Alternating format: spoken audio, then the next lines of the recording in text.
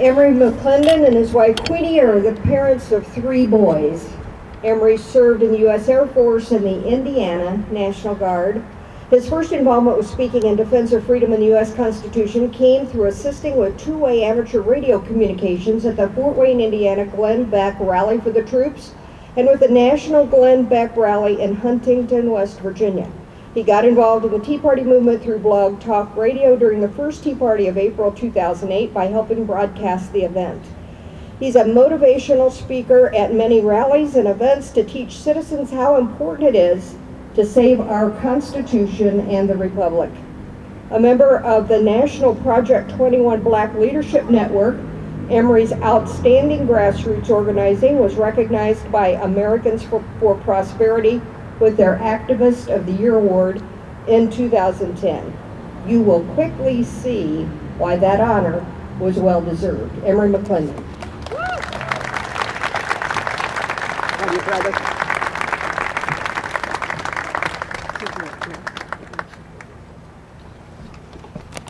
Hello, everybody. Good morning. It's nice to be here, isn't it? Yes. But it's not nice for the reason that we're here, because we are here to protect and defend our religious freedoms. We're here because those freedoms are dear to us. We are here because we love our country, we love our children, we love our future, and we want a future. I'm here to talk a little bit today about why the concern over Obamacare. You know, our leaders passed this law as we gathered from around the country in Washington, D.C. to ask them not to do so. But our beloved leader at that time, Miss Nancy Pelosi, she stated that we must pass this law to see what's in it.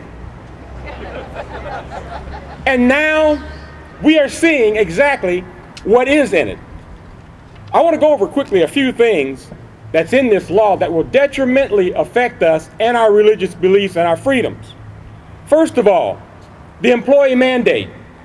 Most companies will now have to provide and pay for expensive government-determined insurance for their employees or face severe federal fines.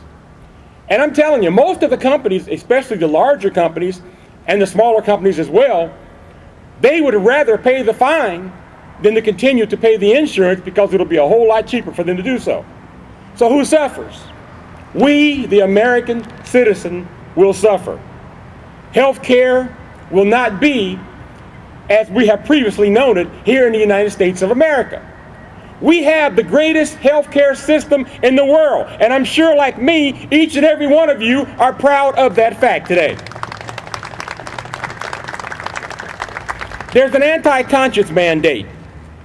Religious organizations will be required to provide free sterilization, contraceptives, and abortion-inducing drugs to their employees, even if it violates their religious beliefs. I'm sure that those of you who are standing here today are not in a positive attitude toward that anti-conscience mandate. Am I right about that?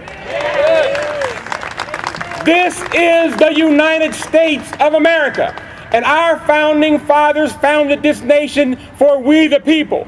They founded it so that the government would be limited, not to push their mandates upon us as the people in the United States of America. Am I right?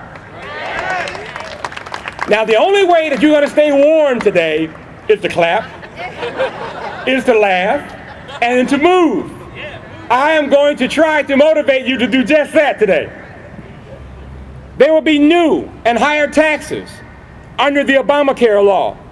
The law contains at least 20 new taxes, totaling in excess of over $500 billion. That will hit medical innovators, health insurance companies, and even affect the sale of your home. Many of us, we work hard to achieve the American dream. Part of that dream is to own a home. After this law is fully implemented, it will be affected. Your life will be affected. Your coverage will be affected. One of the biggest things that we're looking at as a result of Obamacare is the IPAP mandate. That is the small group of people, I think it's about 15 people, who will sit someplace and determine the quality of your health care, or whether or not you will receive health care. That is commonly also known as the death panels.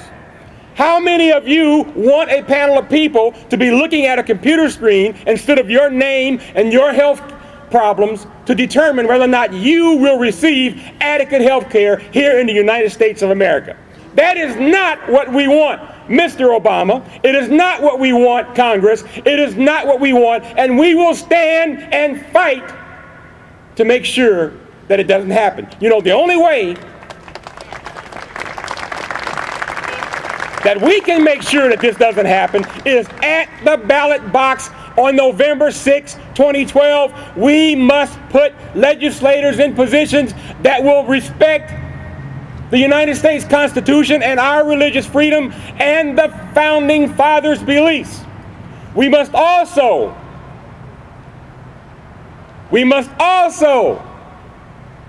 defeat Barack Hussein Obama and overturn Obamacare.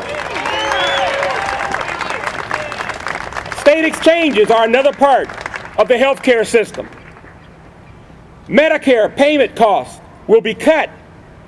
Our president continues to say that he will not cut Medicare. But we all know that over $700 billion will be moved from Medicare to Obamacare to prop up his phony health care program. We must not allow this to stand. We must continue to provide for our senior citizens.